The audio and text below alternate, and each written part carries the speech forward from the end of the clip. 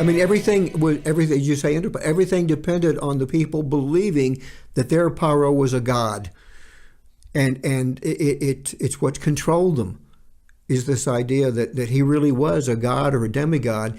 In fact, it's the reason that we never see any Pharaoh named in Torah, because it was only after the fall of Egypt that the curtain was pulled aside and they saw the man behind the curtain, and it was a man. And so after that, pardon me, even the populace after that, they recognized, okay, yeah, he's a god. Yeah, okay, we'll carry on with this. But they knew it. And in fact, the reason to show you that they didn't believe it is because the later pharaohs in the Tanakh are all named. Necho, Apries, Shishak, they're all named. Why would God not name the pharaohs before the Exodus, but allow them in his holy writ after? It's because they weren't worshipped as gods. It was just it was a political expedient idea that the people say, yeah, he's a god, sure. But what I wanted to mention, but this has caused a lot of confusion because there are so many different opinions about. I mean, this is one of the most popular questions that you field all the time. Who was the Pharaoh at the time of the Exodus? This is the father. This is Pepi the First. This is my research. I think confirms that this is the father of the Pharaoh of the oppression, and the smaller statue inside this life-size statue is Pepi the Second. This is the father. This is the son who was the Pharaoh of the oppression. I don't have a picture of the Pharaoh of the Exodus, who only ruled 1 year. I have a statue of a little person, of a midget, that is from that same dynasty. Okay, this is during the time of the Sixth Dynasty, Rabbi. There were two other dynasties ruling, because they ruled from Memphis and from east of the Delta, and also 400 miles south. Because you have a country that big, you need at least 2 or 3 administrative centers. So you had other rulers, and at the same time you had Hatshepsut and her brother Thutmose II. Look at the skin of Hatshepsut. Look, see, these are scars from boils on her corpse, and when you see the front side of Thutmose II.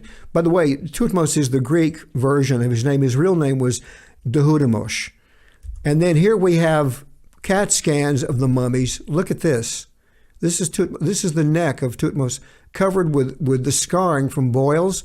And this is the nanny, or the nurse, for his wife, Hatshepsut. Look at all the scarring and look at all the skin. Still, after all these centuries, you can see the aftermath of boils on the skin of those people. Amazing. And we could go through the other ones. We have the plague of insects. We have the plague of boils. And we can talk about those more next week when we speak of the plague. I believe the last plague that the Hartumim could not replicate was the plague of lice. And they said, surely this is the finger of God. Really spellbinding stuff that you have there, Jim.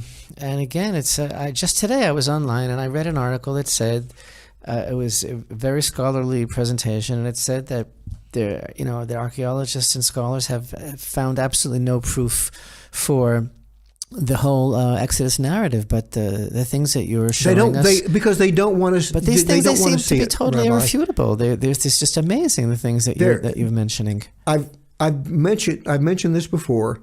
In San Diego, 2015, they had a seminar, and they brought all of these specialists in the Middle East archaeology, historians. They had different people from different disciplines, and they all showed over 90 references to Exodus-like events in an array of Egyptian sources, historical, legends, tombs, inscriptions. And they came to the same conclusion. Well, this must be where the people of Israel got their idea for the Exodus story.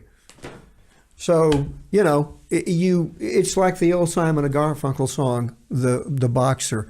A man hears what he wants to hear and disregards the rest. And on that note, anyway. I know I'm not speaking only for myself when I say we're really looking forward to continuing this topic.